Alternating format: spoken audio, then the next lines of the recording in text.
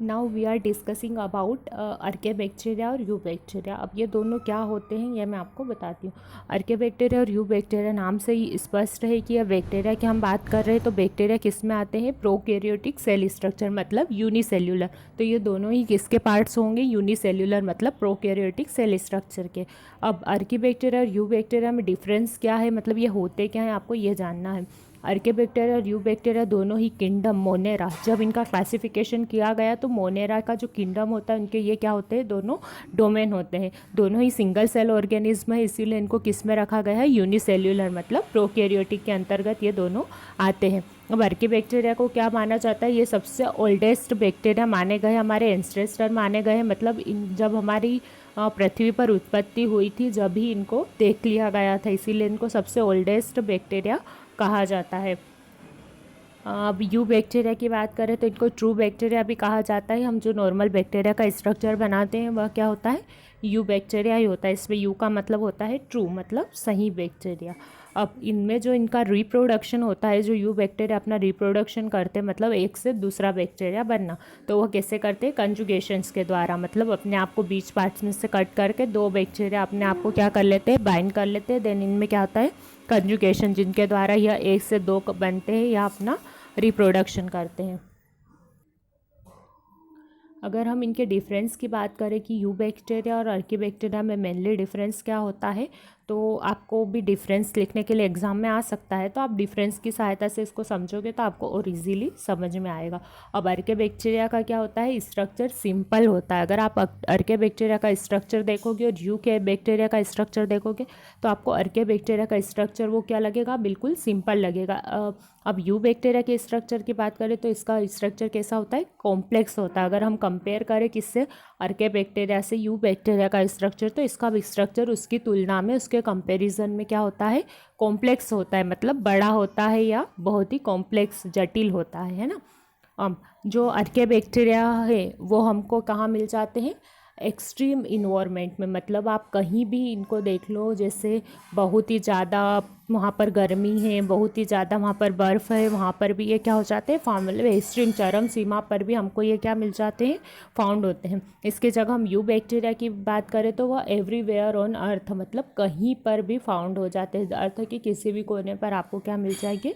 You bacteria. अब इनके shape की बात करें तो शेप में क्या क्या होते हैं? शेप में ये होते हैं स्क्वायर शेप के होते हैं, रोड शेप के होते हैं, प्लेट शेप के पाए जाते हैं। कौन? अर्के बैक्टीरिया। कौन कौन से शेप में होते हैं? स्क्वायर, रोड और प्लेट शेप में। इसकी जगह हम यू बैक्टीरिया के शेप की बात करें तो वो क्या होता है? कोकाई होते हैं, बैसिलस होते हैं, विब्रियो शेप के होते हैं। विब्रियो मतलब कोमा के आकार का शेप, बैसिलस और कोकाई मतलब गोल आकार के शेप के ये यू बैक्टीरिया फाउंड हुए अभी तक।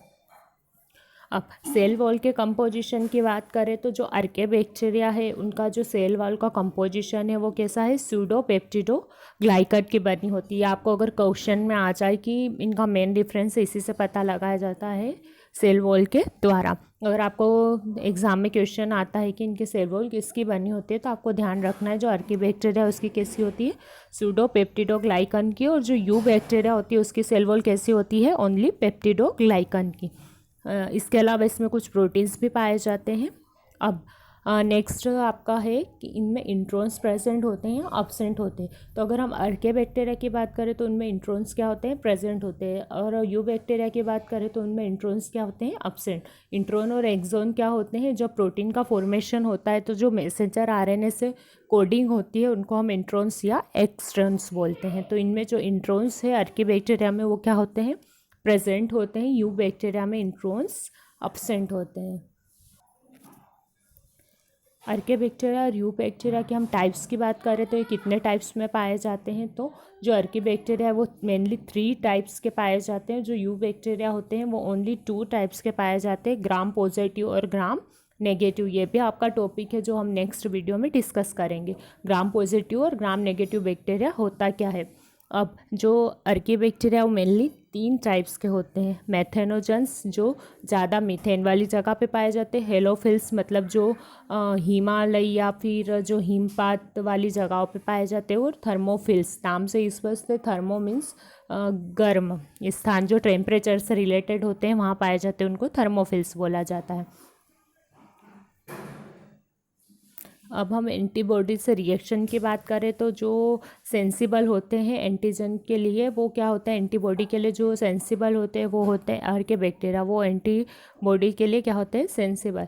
बट यू बैक्टीरिया की बात करें तो सम टाइम वो हार्मफुल भी होते हैं, सम टाइम वो हार्मफुल नहीं भी होते हैं। तो ये क्या होते हैं कि ये सेंसिबल नहीं होते किसके अगेंस्ट, एंटीबॉडी। जब हमारी बॉडी में इंटर करते हैं तो इसके अगेंस्ट हमारी बॉडी क्या बनाने लगती है, एंटीबॉडी। तो इसके अगेंस्ट जो एंटीबॉडी बनती है वो क्या हो जाती है, ये सेंसिबल नहीं होते, मतलब ये एंटीबॉडी से रिएक्ट नहीं कर पाते। बट जो आर्की बैक्टीरिया होते हैं वो सेंसिटिव होते हैं, सेंसिबल होते हैं, इसीलिए वो एंटीबॉडी को क्या कर देते हैं, किल नहीं कर पाते हैं। अब राइबोसोम की बात करें तो दोनों में 70S टाइप के राइबोसोम, इसमें एस किसको डिनोट करता है, सेडिमेंटेशन पावर को, दोनों में ही 70S टाइप के राइबोसोम पाए जाते हैं। अब सेल वॉल की बात